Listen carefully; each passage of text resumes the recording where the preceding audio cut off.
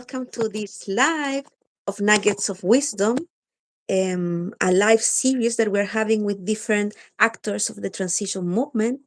Um, I am Anaí Beatriz, lead link of the Cultural Transformation Circle and Inner Transition, and I'm super happy to introduce you today to Don Hall, that has had the fortune to serve in a variety of leadership roles throughout the international transition town movement over the past 17 years, quite a while. He currently serves as training coordinator, sorry for my English, not my mother tongue, and for the Transition Network International, and is the author of this amazing regenerative handbook. Yeah. Transform yourself to transform the world. Thank you, Don, for this work. It's an amazing book. Please search for it, and you can find more information in evolutionarychange.org. And yeah, Don can also holds a master's in environmental leadership from Naropa University and a certification in permaculture design from Central Rocky Mountains Permaculture Institute. And you're living in Colorado, in Boulder, Colorado, in this moment. Um, and yes, super welcome again. We have been in a beautiful conversation. We're going to put things together later. And yeah, wanting to come back to how can we connect purpose into action that you were sharing with us.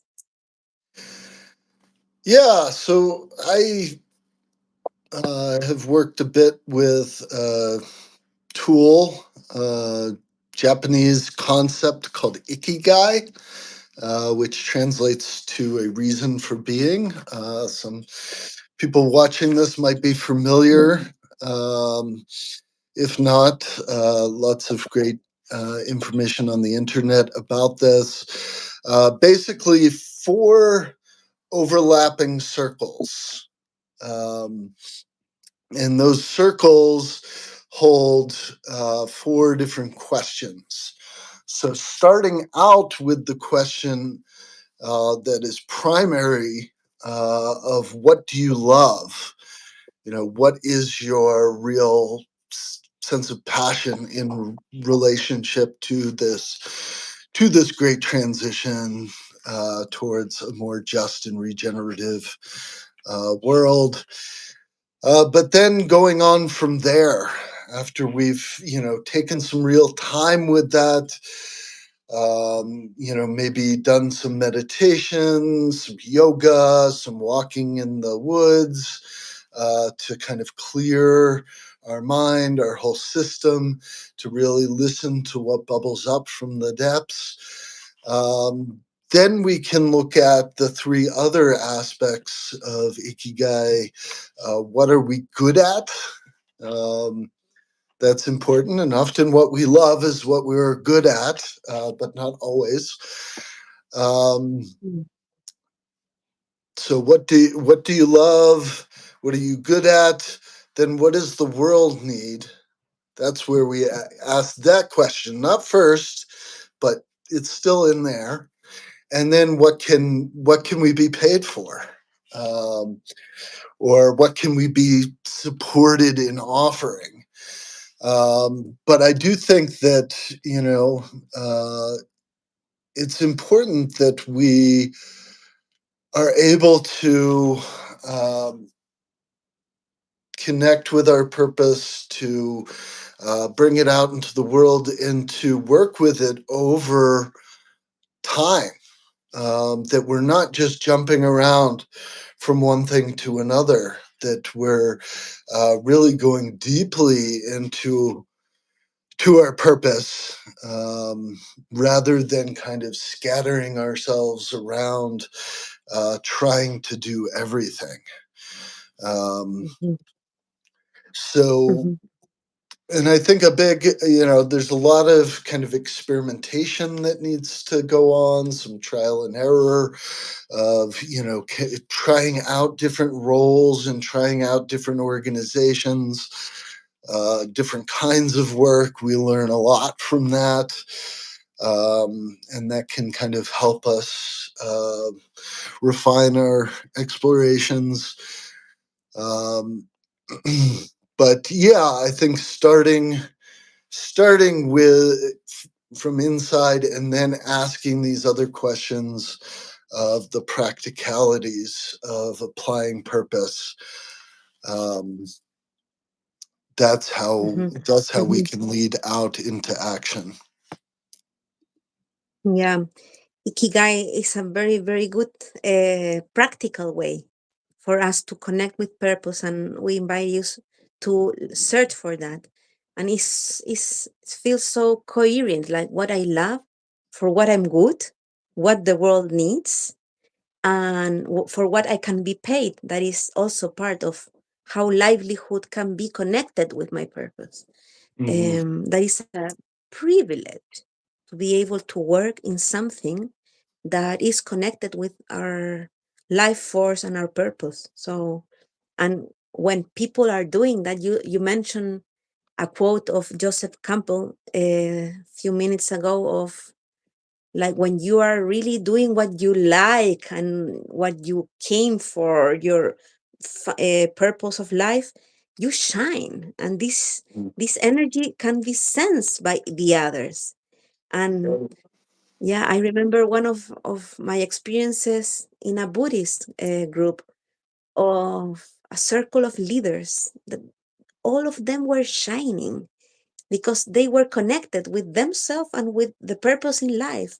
And there was no competition of power, and there was a lot of power because everyone was in its power.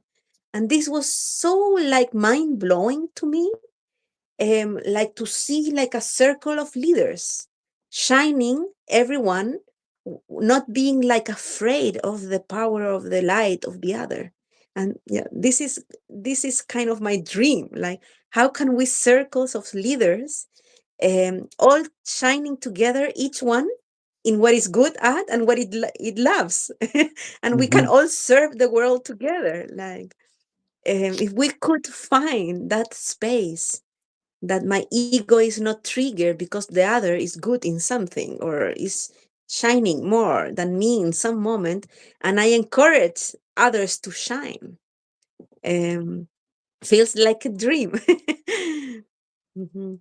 Yeah, and I think once we get out of that paradigm of like what is the best, most impactful thing that we can do, and we really own our own personal purpose, then we can give people the freedom to own their own purpose and to Mhm. shine in that way, that we're not trying coming at this from a place of what is best, but a place from what is authentic, and that's a liberatory thing. Mm, That it's a totally different mindset than, yeah, this kind of machine based, force based, mm, high overly rationalized dominant culture that always sees things as a zero sum game, and somebody's got to be right, somebody's got to be wrong. It's a very different paradigm, and I think it's mhm, the paradigm of nature. That mm, we all have some kind of seed of purpose within us, and for mm, some people that's an oak. For some people, maybe it's blueberries. For another person, it could be lemongrass. But there's mm. some essential seed in there that we nurture, rather Mm, than trying to manufacture purpose ourselves. mhm, And there's a kind of acceptance and generosity in that spreads to other people as well. mm. Yeah, so beautiful metaphor. Yeah, I remember in ecotourism workshops, like asking youth in this ecosystem of life, like, is the oak more important than the grass? Eh, and the youth were saying no, they are all equal. Like we Yeah. all need each other in the web of this particular ecosystem of this valley to exist. Um, and if we could learn that from nature, like the master, the teacher of collaboration, it would be so beautiful to find our seeds and to share with each other our Hmm. uniqueness. Yeah, the unique place in the web of life, that we are unique finally in that big web. Like you're holding a unique place. If you're not there, the universe is not the same. So can how can we really feel this? That Yeah. what I do is big, even though I am a little human being in a big world. Like I am unique and I'm holding a unique place. Mm. And what I can do is so big. And if we connect with the other dots around, communities in the local, online communities of practice, like we can make it bigger and we can make it powerful. You were speaking about the power and the magic of purpose. One person can't do it all. So, how do we decide where best to place our limited time and energy in the service of life? And I think that's, for me, it's a inside out approach rather than an outside in. So rather than trying to figure out what is the most impactful thing that we could possibly do, and then to do that, to start within. To ask, what is my passion in all of this? What makes me come alive in relationship to this great transition that we're all in the midst of, and to work outward from there. Mhm, mhm. Yeah, thank you for that. And yeah, I resonate very much with this, how the my inner world can like nurture my actions, and how the fuel, like to the life force to move and do whatever we're doing, if it's connected with our values and our purpose, is more stronger. So can you share a little bit how this inner source of purpose is also connected with our values, or how you see that? Yeah, well, I think that it is. Um, I think that this sense of purpose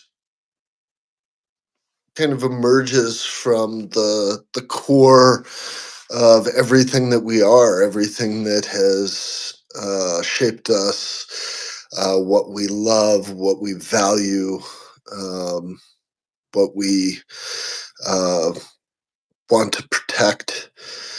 Um, so I think it's shaped by all of that, and I think it's a very deeply personal and intuitive feeling Mm, about what our life is for, what um, what we were put on this planet to do.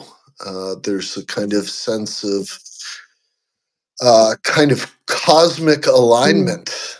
Um, mm, and I think that mm, the power of purpose comes from that, a kind of deep rootedness and in mm, who we are, our authentic self, um, and a kind of confidence that we are mm, on the right track, that we're mhm. doing what we're supposed to be doing. And I think that Yeah. does bring a huge amount of energy. It brings a lot of commitment and perseverance, which is very important in this work. And I think it Mm. also um, unleashes our deepest creativity and intelligence. Mm-hmm. Mm-hmm. Yeah, from what I hear from you, and I so much resonate, is somehow to really connect with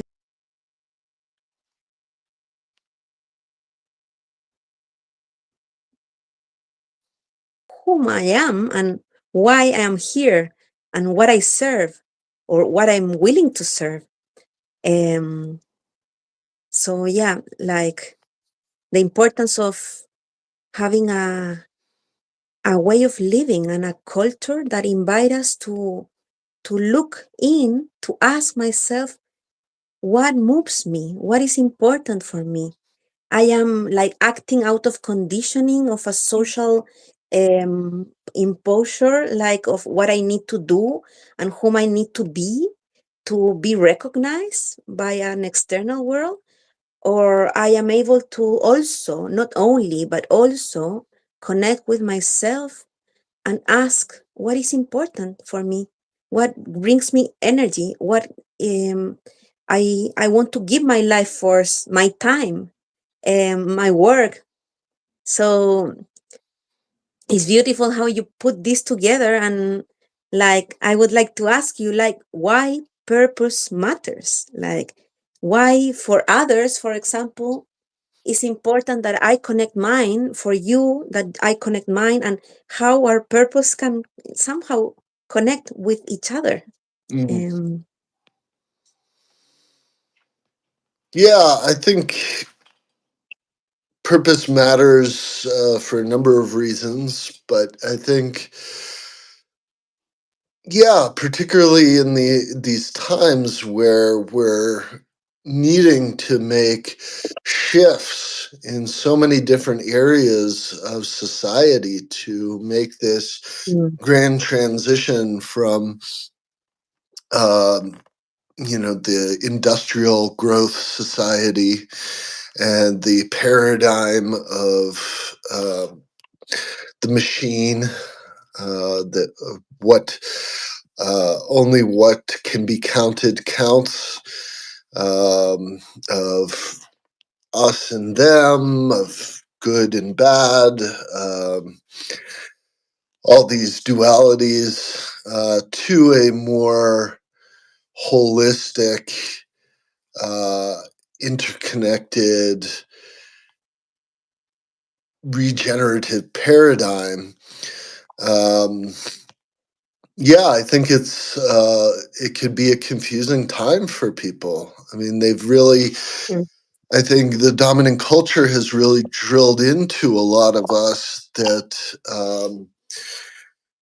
in terms of how we live our life, we need to play it safe. We need to, follow the pack, follow the herd, to get a good job that pays well with, good health insurance and retirement benefits, and just ignore any kind of inner sense of what we want to do or what we're supposed to do, because that's not even real. I think the dominant paradigm sees any kind of interiority, any kind of desire, as just an expression of ego or selfishness. Um, mm, so I think we need to be encouraged that our innate sense of purpose is real, that it mm, matters, that it makes a difference, and that we can rely on it to navigate these very complex and uncertain times. mhm, mhm. Yeah, and you mentioned before also like how powerful, or even magic can be purpose for us when you really connect. And I would love if you can share with us some moment in your life that I believe we all have, little moments, big moments in which we really connect with that source of, this is what moves me in my life. This is for what I will give my life, like a really strong bow somehow, Mm. to what matters. And this somehow is what I understand of the power of the magic. But what is your experience? When did you have this clear in yourself to be able to share with others? Yeah, well, I remember even as a teenager Mm, having these questions about what is my purpose, and being kind of shocked that nobody in my life had ever asked me about that. mm, Um, mhm, but I could ask those questions myself. I could search that deeply myself. Um, when I was in college, I got involved in a lot of activism through the Students for Free Tibet, through anti-war and anti-globalization movements. But I mm, always felt that there was kind of some kind of a disconnect, kind of an alignment of values that you know I couldn't really articulate it at the time, but I did see a lot of people being driven by guilt and fear mm, and anger, kind of embracing that same dualistic us and them, right and wrong, as the dominant paradigm of exaggerating the facts and manufacturing outrage for uh, political purposes. And mm, I didn't know of another way of activism. That was, all I was exposed to. But I had a sense that there must be something out there that really I could put my whole heart and soul into, that mm, was in deep alignment with my values. And so, it took a lot of um, trial and error, trying different things out, working at an organic farm, working for Outward Bound, doing wilderness trips for at risk and adjudicated youth, um, and eventually coming to find out about this environmental leadership program at Naropa University. And mm, yeah, I had a sense of,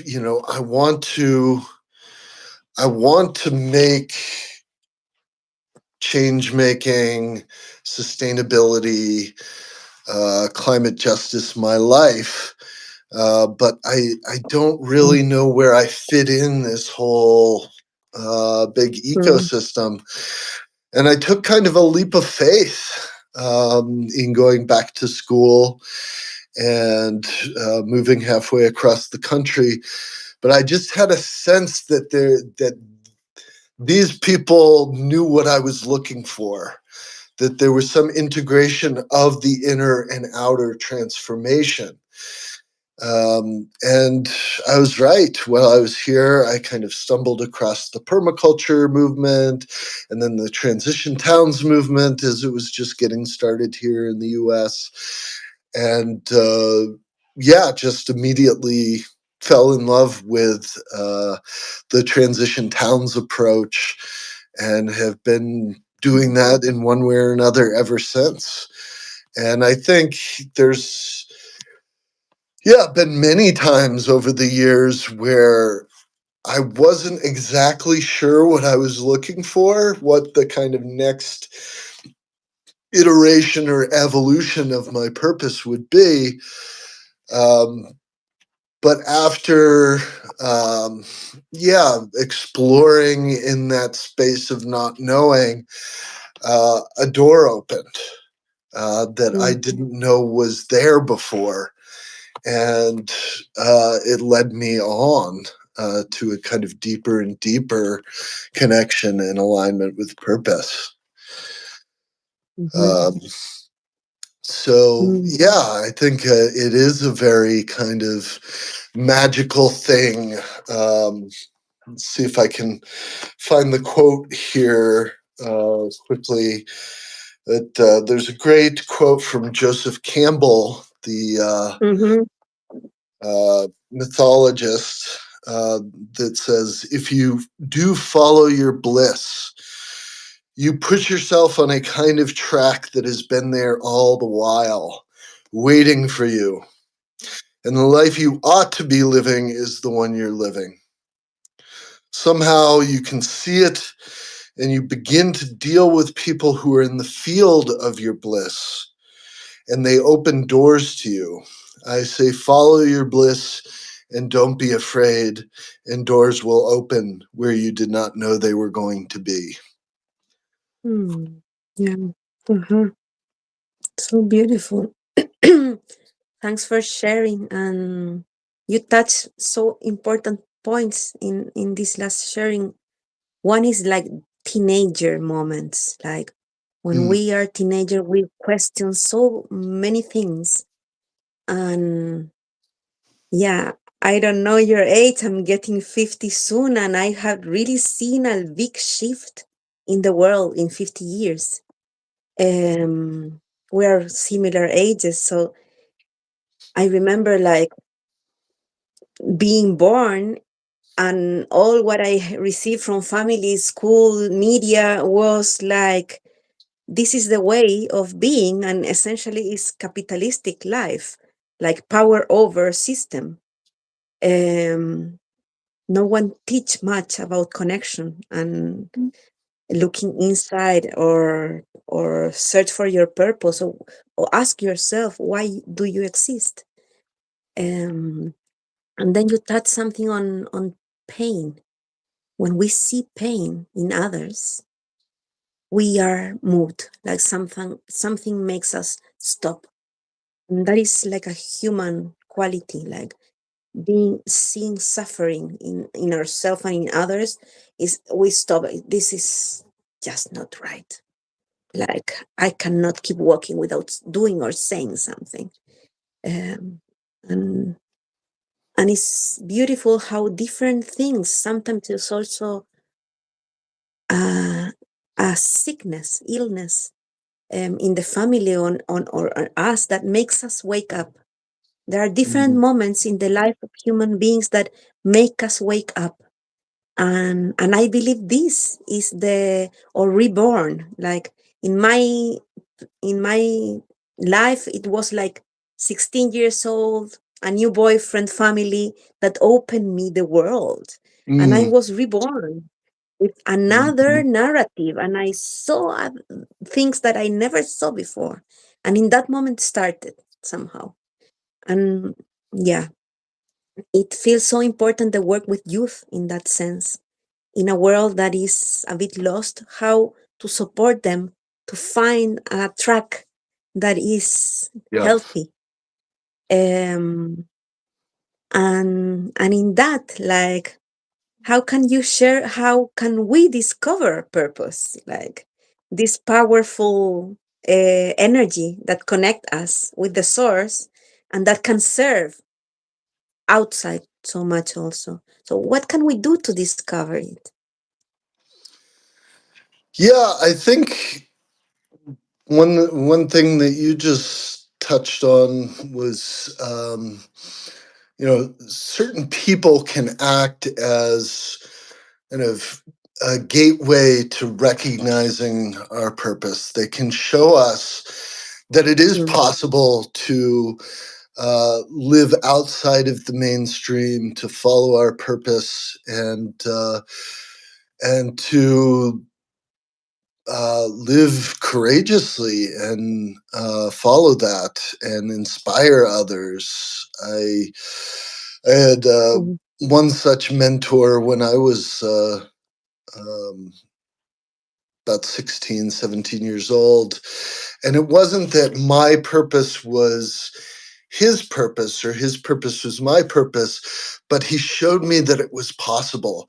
And he showed me that, a person could be much more alive than most of the people I had met in my life up to that point. So I think that can be a catalyst. And like you said, also difficult experiences can be a catalyst, that they can show us that, um, life is more fleeting than we think it is.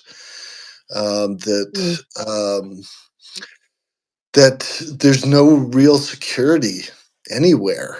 So if we think just by, following the rules and, um, working within the system, that we're going to be safe and happy and taken care of, I don't know if that has ever been true, but I think it is even less assured now, with things changing so fast and old systems breaking down. And um, so, to first have the courage and confidence to really want to follow one's purpose, and then to have some ways of looking deeply within. Um, meditation has been a huge part of my spiritual path, and I think gives the ability to kind of,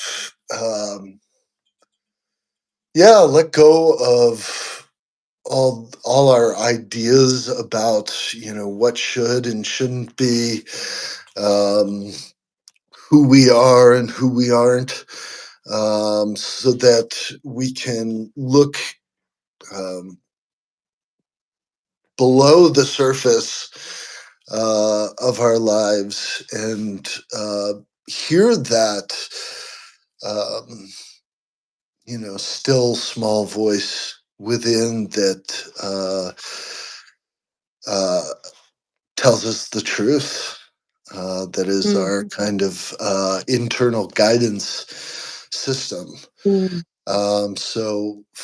I think first, finding a way, um, that we can cut through all the noise and get down to the core of our being, and to kind of listen to what bubbles up from there. Mhm. Yeah, thank you for touching that. And for sure, meditation is like a social technology, spiritual technology that is beyond traditions, beyond religions. Indeed. In my experience, is one of the more powerful techniques in human field, like to connect. And it's so simple. It's so simple that can be very difficult. And so we really need to practice. And yeah, so meditation is one of the practical things that we could offer friends to reconnect with purpose and reconnect with being, and like let go the ideas of what we are and connect with this that is more truth, as you say, inside. Um, and there is a mystery or a magic that somehow in ourselves, in our bodies, in our heart, we sense truth. And sometimes, for me, at least in English, it's difficult to find the words to explain what is that, because more than words, it's an experience, Yeah. it's a feeling, a sensation, it's a bodily sensation, it's a heart, it's maybe energetic sensation of this is like Hmm. real for me. Um, and you say something before that I would like also to weave in, like there is a mystery in the interconnectedness of the purpose that we have, Mm. and it's like illusion of separation, that my purpose and your purpose are different. um how can you see that, like, our purpose something that we can have collectively or connect to each other, or is purpose something of a person? Is purpose also something of another entity like organization or movement? um yeah, and how could we put that into action, like if we share purpose, is that feeling in our hearts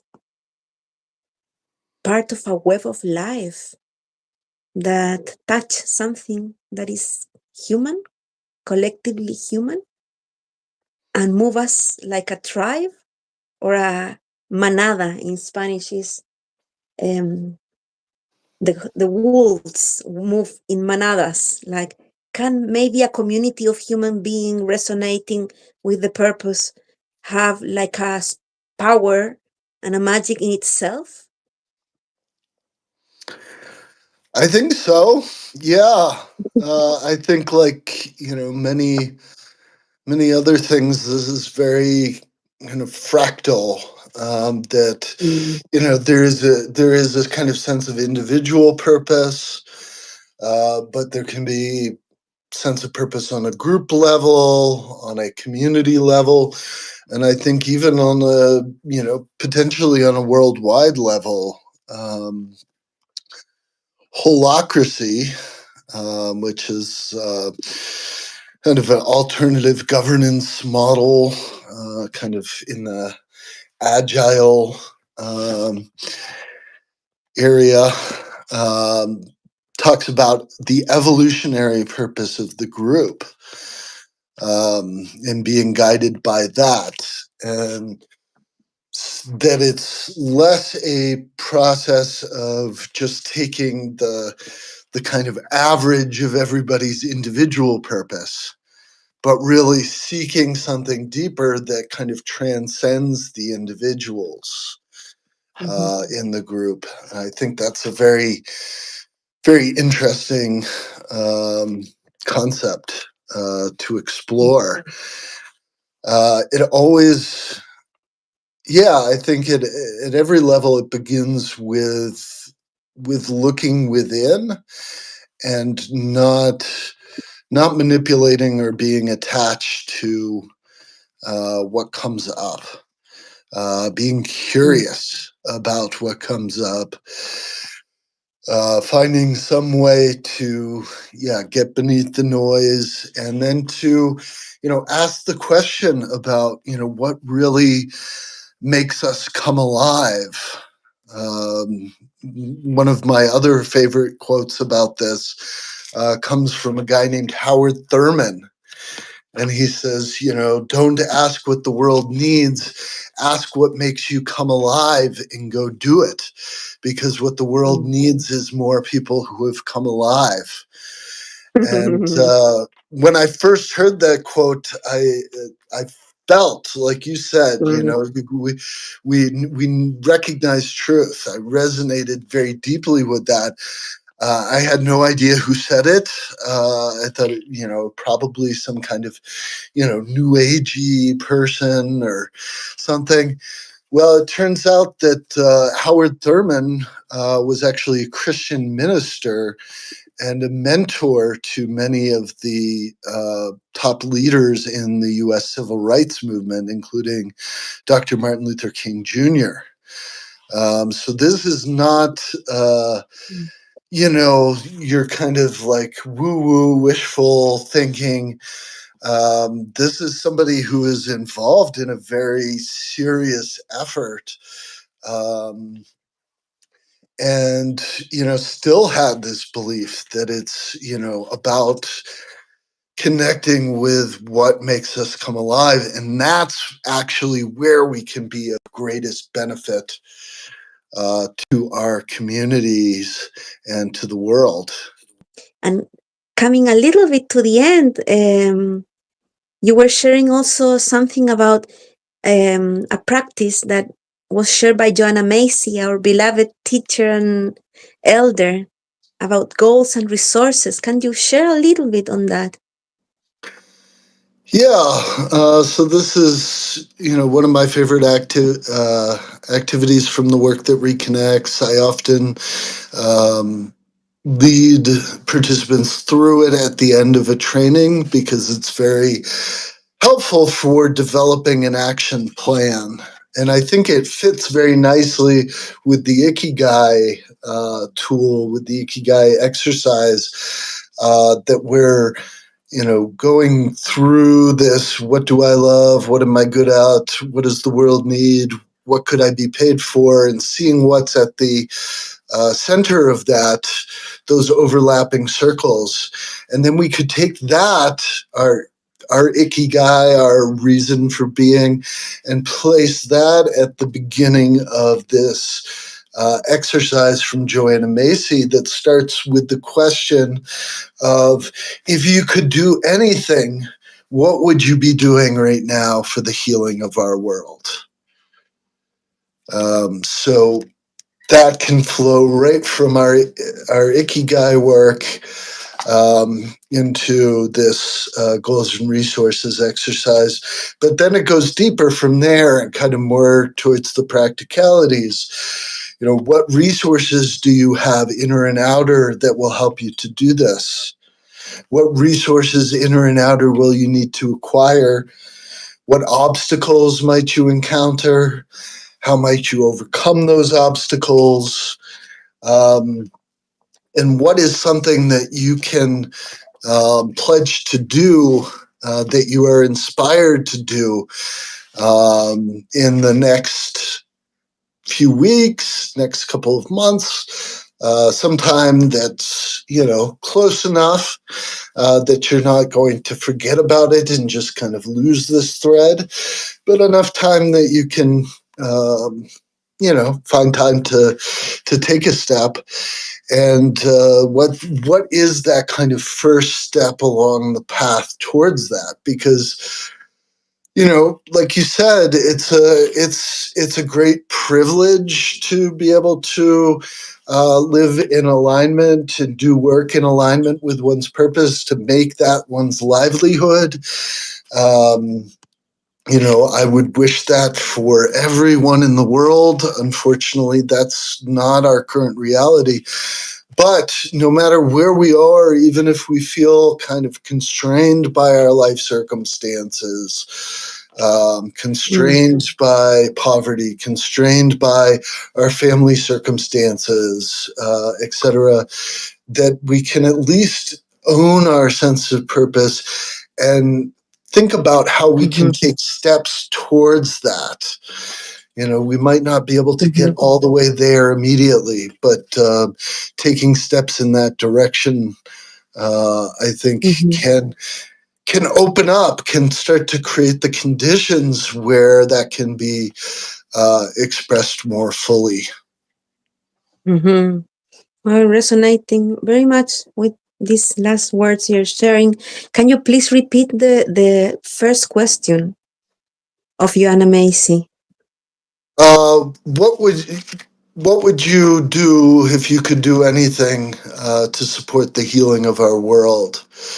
Sometimes she Yeah. says, if you knew you could not fail. Um, and I Mm, think that's true in the sense that if we really love what we're doing, if we really mhm, have then we have the kind of perseverance and commitment to stick with that. mhm, And mhm, if we can stick with it and we keep working with it, we can't fail. you know, mm, we we mhm, we're always moving in that direction. It's all mhm, yeah. We only really fail when we give up. mhm. Yeah, and I feel this question. can be a question to sit in meditation with, can be a question to go for a walk in nature and connect with ourselves and ask the question within and without, like allowing this power of magic to open and to touch us and to show us this truth that you were sharing before, Don. And we cannot fail if we're connected with that, because this separation is an illusion, like we are all together in this web of life, serving life. So thank you for bringing this discovering purpose topic that is so important for us to be alive in a world that is a bit challenging or very much challenging today. Thank you very much for your work. For me, I want to honor also the way that you stand as a man from the north with a woman from the south in this conversation, and all the years that we have been collaborating, because it gives me hope, Don, the way you hold yourself and you present yourself in the collaboration we had have on all these years. So honoring you with thankfulness that it's possible to be together in love, in collaboration, shining together and growing all in this collective purpose. So big hugs there. Thank you for your work again and again. Please find this because it gives a lot of paths into this world that we want to create together. Big hug, Don. Yeah, wonderful talking with you as always. Mhm. Besos, besos.